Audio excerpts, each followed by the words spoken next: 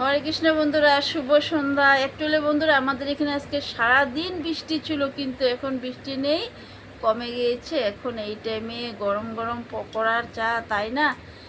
যাদের বাড়িতে family member আছে সবাই একসাথে বসে খেতে ওটার ইন্টারেস্টই আলাদা। অ্যাকচুয়ালি আমারও তো খাওয়ার দিকে ইন্টারেস্ট নেই, আর আমার খালি পান সুপারি, এই যে জর্দা, এটা চাই। আর 500 টাকা একটা নোট থাকলে আমার হয়ে যায় ঘোরার জন্য, আর আমার বিশেষ কিছু চাহিদা থাকে না। তোমরা তো সবাই জানো আমি অত স্টাইল করি না, কোনো রকম যেরকম থাকি সেরকমই আমি ভিডিও করি, তাই আমার অত খরচ নেই।